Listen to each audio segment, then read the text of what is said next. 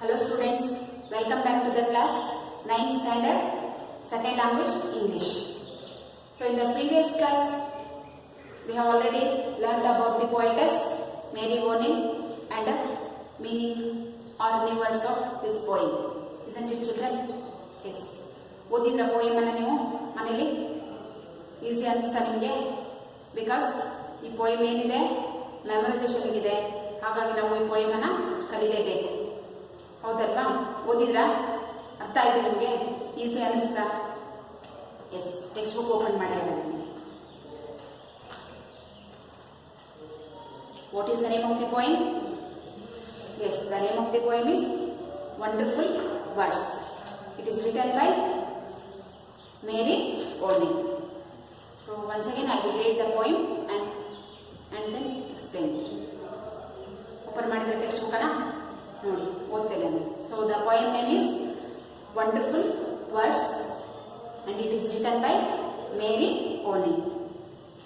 Never let a thought shrivel and die for want of a way to say it, for English is a wonderful game and all of you can play it. All that you do is match the words to the brightest thoughts in your head, so that they come out and clear and true and handsomely groomed and fed, for many of loveliest things have never yet been said. Words are the food and dress of thought, they give it its body and swing, and everyone longing today to hear some fresh and a beautiful thing. But only words can free a thought from its prison behind your eyes. Maybe your mind is holding now a marvelous new surprise. According to the poetess Mary Bonny, she can express, so which are the wonderful words. Wonderful words ಯಾವುದು ಅನ್ನೋದನ್ನ ಈ ಒಂದು poem ಅಲ್ಲಿ express ಮಾಡ್ತಾ ಇದ್ದಾರೆ. ನಾವು ಹಾಗಾದ್ರೆ ಈ poem ಬಗ್ಗೆ ಈಗ ತಿಳ್ಕೊಳ್ಳೋಣಂತೆ. ನೋಡಿ, the first stanza. Never let a thought shrivel and die for want of a way to say it, for English is a wonderful game and all of you can play it. ಹಾಗಾದ್ರೆ ಇಲ್ಲಿ poetess ಏನು ಹೇಳ್ತಾರೆ first ಸ್ಟಾಂಜಾದಲ್ಲಿ? Never let a thoughts. Thoughts ಅಂದ್ರೇನು? Ideas, ವಿಚಾರಗಳಲ್ವಾ, ಅಥವಾ ನಮ್ಮಲ್ಲಿರುವಂತ ಪ್ಲಾನ್ಸ್ಗಳು, ಫೀಲಿಂಗ್ಸ್ಗಳು R ಇಮೋಷನ್ಸ್ಗಳು, ಅವುಗಳು ನಮ್ಮ ತಲೆಯಲ್ಲಿ ಒಂದಲ್ಲ ಒಂದು ರೀತಿಯಾದಂಥ ಯೋಚನೆಗಳು, ವಿಚಾರಗಳು ಬಂದೇ ಬರುತ್ತಲ್ವಾ.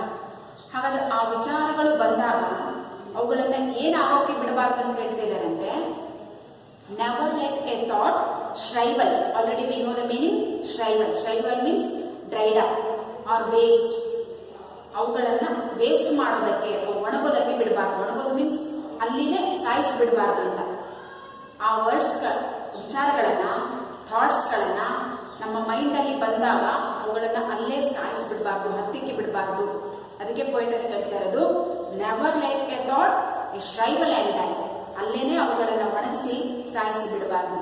ಯಾಕಂದ್ರೆ ಒಂದ್ಸಲ ಸತ್ತೋತಂದ್ರೆ ಮತ್ತೇನಾಗಲ್ಲದು ಐಡಿಯಾಸ್ ವಾಪಸ್ ಬರೋಲ್ಲ. ಸೊ ವಾಪಸ್ ಬರಲ್ಲ ಅಂತಾದ್ಮೇಲೆ ನಾವೇನ್ ಮಾಡ್ಬಾರ್ದು ಅಂತಂದ್ರೆ ಸಾಯಿಸಬಾರ್ದು. ಇಟ್ ಮೀನ್ಸ್ ನಮ್ಮಲ್ಲಿರುವಂತ ಐಡಿಯಾಸ್ ಗಳನ್ನ ಶೇರ್ ಮಾಡ್ಕೋಬೇಕು. ನೆವರ್ ಆಪೋಸಿಟ್ ವರ್ಡ್ ಏನು? Never ever. ನೋಡಿ, never let a thought shrivel and die. It means we should not die up our thoughts. We should not dried up our thoughts. We should not die it. ಅವುಗಳನ್ನ ಸಾಯಿಸಬಾರ್ದು.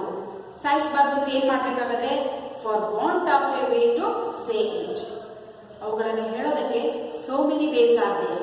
ಅನೇಕ ಮಾರ್ಗಗಳಿದೆ. ಆ ಮಾರ್ಗಗಳ ಮುಖಾಂತರ ನಮ್ಮ ಐಡಿಯಾಸ್ಗಳನ್ನ, ನಮ್ಮ ಇಮೋಷನ್ಸ್ಗಳನ್ನ ಅಥವಾ ನಮ್ಮ ಥಾಟ್ಸ್ಗಳನ್ನ ಹೊರಹಾಕಬೇಕು. ಹೊರಹಾಕೋದಕ್ಕೆ ಅನೇಕ ಮಾರ್ಗಗಳಿದೆ. ಆ ಮಾರ್ಗಗಳಲ್ಲಿ ಒಂದು ಮಾರ್ಗ ಅಂದ್ರೆ means language. So through the language we can share our ideas, we can express our ideas, we have to express our feelings. ಹೌದಾ? ಹಾಗಾದ್ರೆ ಈ ವೇ ಮುಖಾಂತರ, ವರ್ಡ್ಸ್ ಗಳ ಮುಖಾಂತರ, ವರ್ಡ್ಸ್ ಮೀನ್ಸ್ ಲ್ಯಾಂಗ್ವೇಜ್, ಲ್ಯಾಂಗ್ವೇಜ್ ನ ಮುಖಾಂತರ ನಮ್ಮಲ್ಲಿರುವಂತಹ ಐಡಿಯಾಸ್ ಗಳನ್ನ, ಥಾಟ್ಸ್ ಗಳನ್ನ ಹೊರ ಹಾಕಬೇಕು. ಅಂದ್ರೆ ನಮ್ಮಲ್ಲಿರುವಂತಹ ಥಾಟ್ಸ್ ಗಳನ್ನ ಹೊರ ಹಾಕೋದಕ್ಕೆ ಇರುವಂತಹ ಒಂದು ಮಾರ್ಗ ಅಂದ್ರೆ ದಟ್ ಇಸ್ ಲ್ಯಾಂಗ್ವೇಜ್. ಆ ಲ್ಯಾಂಗ್ವೇಜ್ ಅಲ್ಲಿ ಯಾವ ಲ್ಯಾಂಗ್ವೇಜ್ ಇಂಗ್ಲಿಷ್ ಲ್ಯಾಂಗ್ವೇಜ್ ಬಗ್ಗೆ. ಬಿಕಾಸ್ ಇಂಗ್ಲಿಷ್ ಅವ್ರು ಇಂಗ್ಲಿಷ್ ಪಾಯಿಂಟ್ ಆಗಿರೋದ್ರಿಂದ ಇಂಗ್ಲಿಷ್ ಅನ್ನೋಂಥದ್ದು ಬಹಳ ಈಸಿ ಲ್ಯಾಂಗ್ವೇಜ್. ಅವುಗಳ ಮುಖಾಂತರ ನಾವೇನ್ ಮಾಡಬೇಕು, ನಮ್ಮ ಐಡಿಯಾಸ್ ಅನ್ನ ಹೊರ ಹಾಕಬೇಕು. For want of a way to say it, ಹೇಳೋದಕ್ಕೆ ಸೋ ಮೆನಿ ವೇಸ್ ಆಗಿದೆ, ಮಾರ್ಗಗಳಿದೆ. ವೇ ಅಂದ್ರೆ ದಾರಿ ಅಥವಾ ಮಾರ್ಗ, ಹೌದಾ? ಆ ಮಾರ್ಗಗಳ ಮುಖಾಂತರ ನಮ್ಮ ಥಾಟ್ಸ್ ಗಳನ್ನ ಹೊರಗಡೆ ಬಿಡಬೇಕು, ಮೀನ್ಸ್ ಹೊರ ಹಾಕಬೇಕು, ಎಕ್ಸ್ಪ್ರೆಸ್ ಮಾಡಬೇಕು. For English is a wonderful game. ಅದರಲ್ಲಿ ಯಾವ ವೇ ಇಸ್ ಇಂಪಾರ್ಟೆಂಟ್ ಅಂತ ಹೇಳ್ತಿದ್ದಾರೆ? According to poet Mary O'Neill, English is a wonderful game. English ಬಹಳ ಅದ್ಭುತವಾಗಿರುವಂತಹ ಒಂದು ಗೇಮ್ ಅಂತ ಹೇಳ್ತಾ ಇದ್ದಾರೆ. ನೋಡಿ, ಇಂಗ್ಲಿಷ್ ಏನನ್ನ ಹೇಳ್ತಾ ಇದ್ದಾರೆ ಅವರು? That is a game. ಯಾಕೆ ಗೇಮ್ ಅಂತ ಹೇಳ್ತಾ ಇದ್ದಾರೆ? ಗೇಮ್ ಅಂದ್ರೆ ಯಾರಿಗೆ ಇಷ್ಟ ಇಲ್ಲ? ಫ್ರಮ್ ಚಿಕ್ಕವರಿಂದ ಹಿಡಿದು ದೊಡ್ಡವ್ರ ತನಕ ಕೂಡ ಒಂದಲ್ಲ ಒಂದು ರೀತಿ ಗೇಮ್ ಅನ್ನ ನಾವು ಆಡ್ತಾನೆ ಇದ್ದೇವೆ. ಅದು ಇಂಡೋರ್ ಗೇಮ್ ಇರ್ಬೋದು, ಔಟ್ಡೋರ್ ಗೇಮ್ ಇರಬಹುದು, ಅಥವಾ ಟ್ರೆಡಿಷನ್ಸ್ ಗೇಮ್ಗಳಿರ್ಬೋದು, ಅಥವಾ ರೂಲ್ಸ್ ಪ್ರಕಾರ ಆಡುವಂತಹ ಗೇಮ್ಗಳಿರ್ಬೋದು. ಪ್ರತಿಯೊಬ್ಬರಿಗೂ ಕೂಡ ಗೇಮ್ ಅಂದ್ರೆ ಇಷ್ಟ ತಾನೆ. ಹಾಗೇನೆ ಇಂಗ್ಲಿಷ್ ಅನ್ನೋದು it is like a game. Every one can speak it, every one can play it. ಅಷ್ಟೊಂದು ಈಸಿ ಆಗಿರುವಂತಹ, ಸುಲಭವಾಗಿರುವಂತಹ ಲ್ಯಾಂಗ್ವೇಜ್ ಇದು. ಪ್ರತಿಯೊಬ್ರು ಆಟದ ರೀತಿಯಲ್ಲಿ ಆಡಬಹುದು ಅಂತ ಹೇಳ್ತಿದ್ದಾರೆ, ಹೌದಾ ಅಲ್ವಾ? ನೋಡಿ, ಯಾಕೆಂದ್ರೆ ನಿಮ್ಗೆ ಕಷ್ಟ ಅಂತ ಅನ್ಸ್ಬೋದು. ಯಾಕೆ ಕಷ್ಟ ಆಗುತ್ತೆ? ಬಿಕಾಸ್ ನಾವು ಆ ಲ್ಯಾಂಗ್ವೇಜ್ ಅನ್ನ ಜಾಸ್ತಿ ಓದಿಲ್ಲ, ಜಾಸ್ತಿ ಕೇಳಿಸ್ಕೊಳಲ್ಲ, ಮತ್ತೆ ಜಾಸ್ತಿ ಮಾತಾಡಲ್ಲ. ಹಾಗಾಗಿ ಓದೋರಿಗೆ ನಮ್ಗೆ ಅದು ಕಷ್ಟ ಅನ್ಸ್ಬೋದು. ಆದ್ರೆ ಈಗ ಫಾರ್ ಎಕ್ಸಾಂಪಲ್ ನಮಗೆ ಕನ್ನಡ ಯಾಕೆ ಈಸಿ ಆಗುತ್ತೆ? ಬಿಕಾಸ್ ಫ್ರಮ್ ಮೈ ಬರ್ತಿಂದನು ಕೊನೆ ತನಕ ನಾವು ಕನ್ನಡನೇ, ಮನೆಯಲ್ಲೂ ಕನ್ನಡ ಮಾತಾಡ್ತೇವೆ, ಸ್ಕೂಲಲ್ಲೂ ಕನ್ನಡ, ಅಂಡ್ ಹೊರಗಡೆ ಮಾರ್ಕೆಟ್, ಬಸ್ ಎಲ್ಲಿ ಹೋದ್ರೂ ಕೂಡ ನಾವು ಆ ಲ್ಯಾಂಗ್ವೇಜ್ ಅನ್ನ ಯಾವಾಗಲೂ ಕೇಳಿಸ್ಕೊಳೋದ್ರಿಂದ, ಆ ಲ್ಯಾಂಗ್ವೇಜ್ ನಮ್ಮ ಕಿವಿ ಮೇಲೆ ಜಾಸ್ತಿ ಬಿಡೋದ್ರಿಂದ ವಿತೌಟ್ ಪ್ರಾಕ್ಟೀಸ್ ಏನಾಗುತ್ತೆ, ಲ್ಯಾಂಗ್ವೇಜ್ ಬಂದ್ಬಿಡುತ್ತೆ, ಮದರ್ ಲ್ಯಾಂಗ್ವೇಜ್ ಆಗಿರೋದ್ರಿಂದ. ಬೇರೆಯವ್ರಿಗೆ ಅಷ್ಟೇ, ನಾವೀಗ ಇಂಗ್ಲಿಷ್ ಕಷ್ಟ ಅಂತೀವೋ ಹಾಗೆ ಬೇರೆಯವರು ಏನ್ ಅನ್ಕೊಳ್ತಾರೆ, ಅವ್ರ ಮದರ್ ಲ್ಯಾಂಗ್ವೇಜ್ ತಮಿಳ್ ಆಗಿದ್ರೆ, ತೆಲುಗು ಆಗಿದ್ರೆ, ಅಥವಾ ಬೇರೆ ಬೇರೆ ಲ್ಯಾಂಗ್ವೇಜಸ್ಗಳಾಗಿದ್ರೆ ಅವ್ರಿಗೆ ಕನ್ನಡನೂ ಕಷ್ಟ ಇದೆ. ಯಾಕೆ?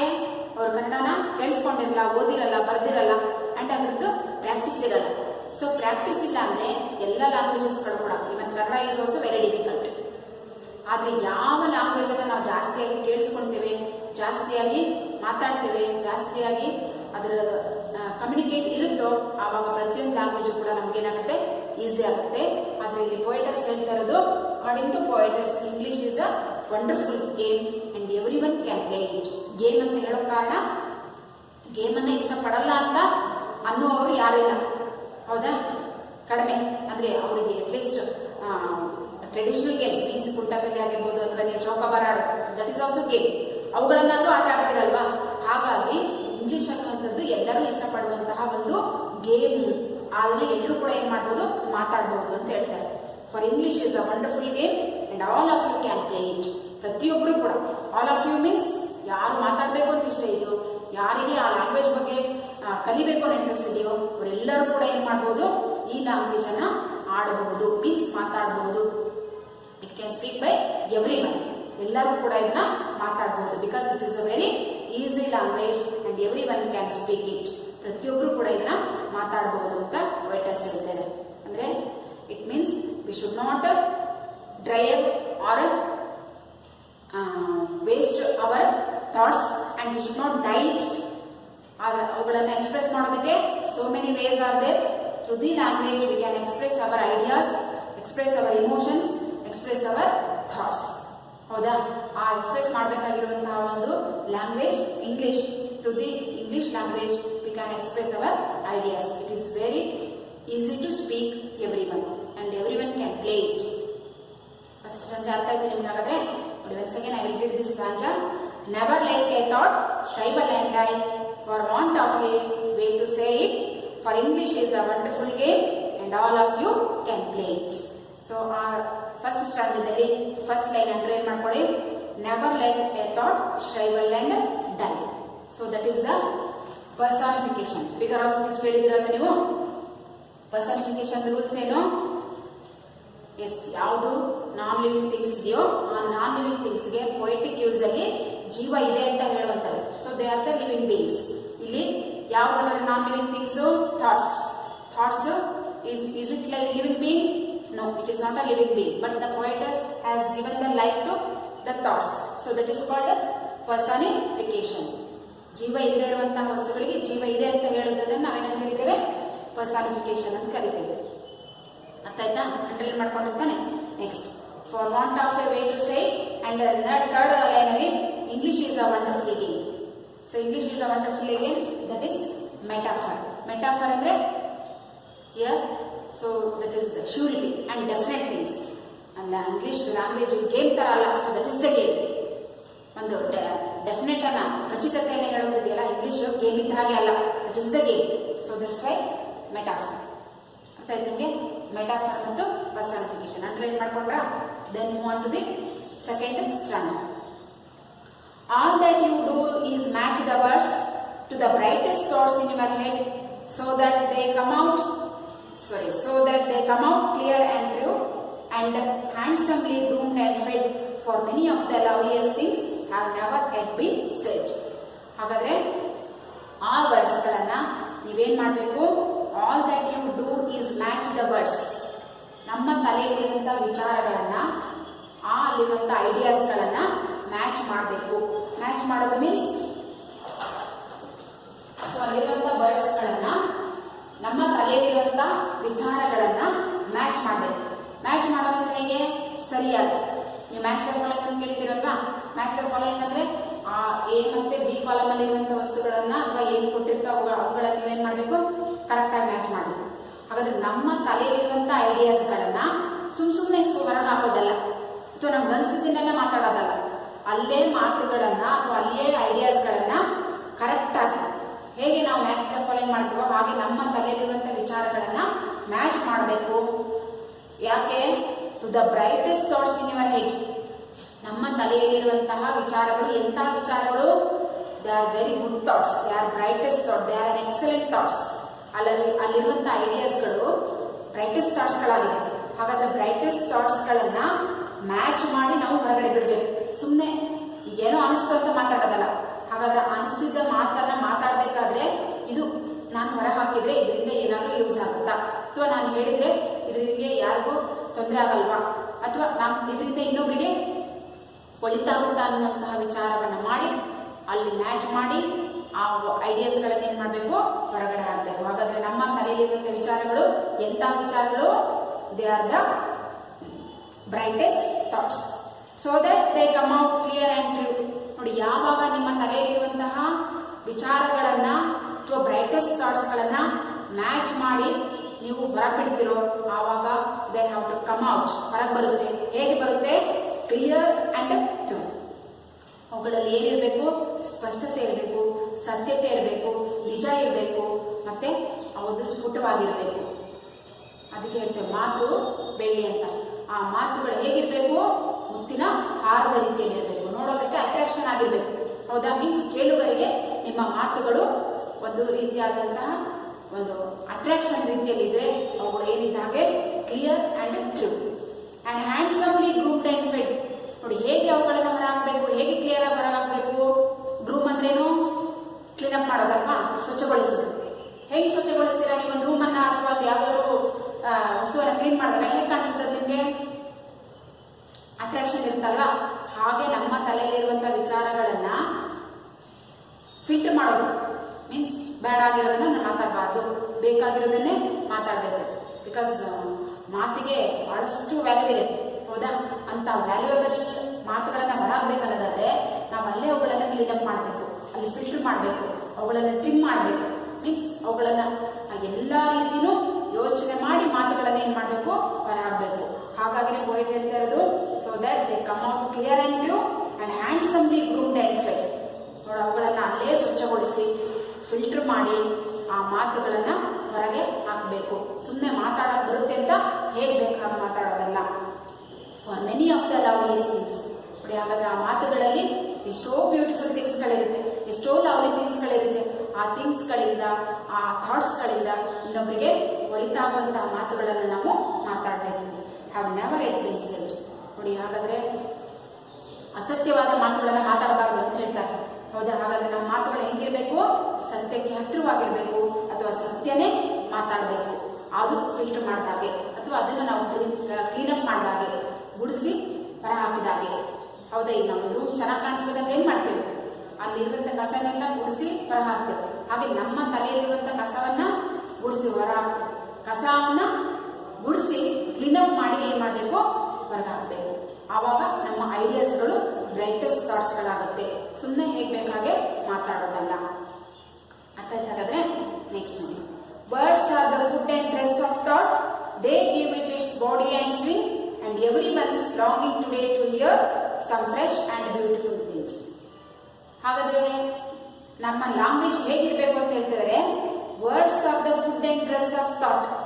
ನಮ್ಮ ಥಾಟ್ಸ್ಗಳು, ವಿಚಾರಗಳಿಗೆ ವರ್ಡ್ಸ್ ಹೇಗಿರ್ಬೇಕು, they are the food and dress. ನೋಡಿ, ಮನುಷ್ಯನಿಗೆ ಬೇಸಿಕ್ ನೀಡ್ಸ್ಗಳಲ್ಲಿ food and dress are very important. ಹಾಗಾದ್ರೆ ಅವುಗಳು ಇಲ್ಲ ಅಂತ ಬದುಕೋಕ್ಕಾಗಲ್ಲ. ಬೇರೆ ಇದೆಲ್ಲ ಇದೆ, ಬೇರೆ ಏನೆಲ್ಲ ಅವುಗಳು ಇಲ್ಲದೆ ಇದ್ರು ಕೂಡ ನಾವೇನ್ ಮಾಡ್ಬೋದು, ಲೈಫ್ ಅನ್ನ ಲೀಡ್ ಮಾಡ್ಬೋದು. ಆದ್ರೆ ಫುಡ್, ಕ್ಲಾತ್ ಇಲ್ಲದೆ ಇದ್ರೆ ನಂಬರ್ ಇರಕ್ಕಾಗತ್ತಾ? ಫುಡ್ ಇಲ್ಲದೆ ಇದ್ರೂ ಇರ್ಬೋದು, ಆದ್ರೆ ಕ್ಲಾತ್ ಇಲ್ಲದೆ ಇರಕ್ಕಾಗತ್ತಾ? ಇಲ್ವಲ್ಲ. ಹಾಗೇನೆ words are the food and dress of thoughts. ನಮ್ಮ ತಲೆಯಲ್ಲಿರುವಂತಹ ವಿಚಾರಗಳಿಗೆ ನಿಜವಾದಂತಹ ವರ್ಡ್ಸ್ ಗಳು ಯಾವುದು, ಆ ವಿಚಾರಗಳು ಫುಡ್ ಅಂಡ್ ಡ್ರೆಸ್. ಸೊ ಅವು ನಮ್ಗೆ ಆಹಾರ ಇದ್ದಾಗೆ, ಅವುಗಳು ನಮ್ಗೆ ಕ್ಲಾತ್ ಇದ್ದಾಗೆ, ಅವುಗಳು ನಮ್ಮನ್ನ ಪ್ರೊಟೆಕ್ಟ್ ಮಾಡುತ್ತೆ, ರಕ್ಷಣೆ ಮಾಡುತ್ತೆ. ಅಂದ್ರೆ ಒಳ್ಳೆಯ ಮಾತುಗಳನ್ನ ನೀವು ಆಡಿದಾಗ ಅವು ಇನ್ನೊಬ್ಬರಿಗೆ ಒಳ್ಳೆ ಒಳಿತನ ಮಾಡುತ್ತೆ. ಸೊ ಅವಾಗ ನಿಮ್ಮನ್ನ ಅದು ಪ್ರೊಟೆಕ್ಟ್ ಮಾಡುತ್ತೆ. They give it its body and swing. ನೋಡಿ, ದೇ ಮೀನ್ಸ್ ಯಾವ್ದಂದ್ರೆ ಫುಡ್ ಅಂಡ್ ಡ್ರೆಸ್.